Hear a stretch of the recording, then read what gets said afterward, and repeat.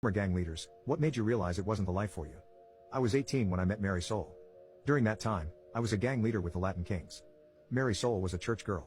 My grandmother dragged me to Sunday Mass, and when I saw her, to me, it was love at first sight. I asked my cousin, who was a friend of hers, if he could introduce us, but he refused. He didn't want me to mess with her. He didn't want me to ruin her. I had never met someone that I wanted to make myself better to be with. That was her. When I found out that she was going to church almost every day, I hung out by the steps, talking to her. I always walked her to and from church. She made me feel like there was more to the Latin Kings. One thing led to another, and we ended up going on a date. I felt great.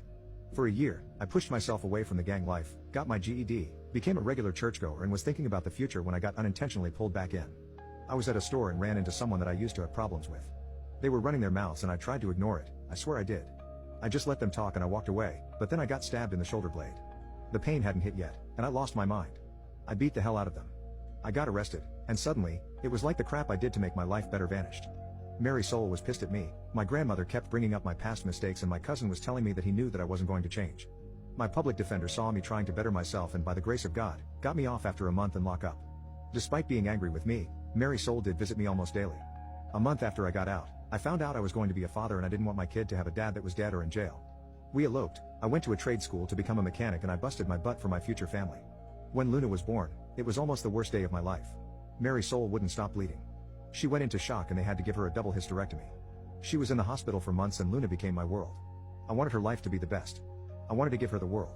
When Mary Soul was released, I promised her that our daughter will have a life far better than ours, and for years I kept that promise.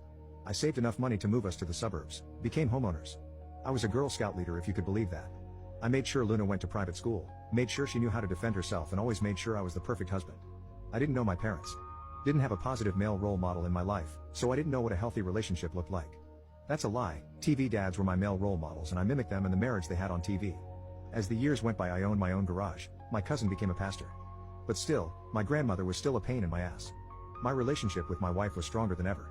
I made sure I kept my prison body. Luna hated me. She didn't want me to hug her. She rolled her eyes every time I told her I loved her. Ignored me when I asked her about her day in school. It hurt me far beyond words. For 2 years, it was like that. So for her quinceañera, I wanted to go all out. I got everything she wanted and she was still disrespectful, and briefly the old me almost came out just to put her in her place, but instead, I went to my cousin, vented my frustration and doubts about being a good father, and he told me to just let her be, and he said a prayer for me. I wanted a slideshow for the father-daughter dance. I got a chunk of the pictures of us together, but I realized something. I didn't have any recent pictures of us. She didn't want to take any. The last time I had pictures of her and I smiling with me was on her 13th birthday, and those were on my daughter's broken tablet. I took that tablet, went to a repair shop and asked for it to be fixed. I didn't care about the cost. I needed that tablet fixed.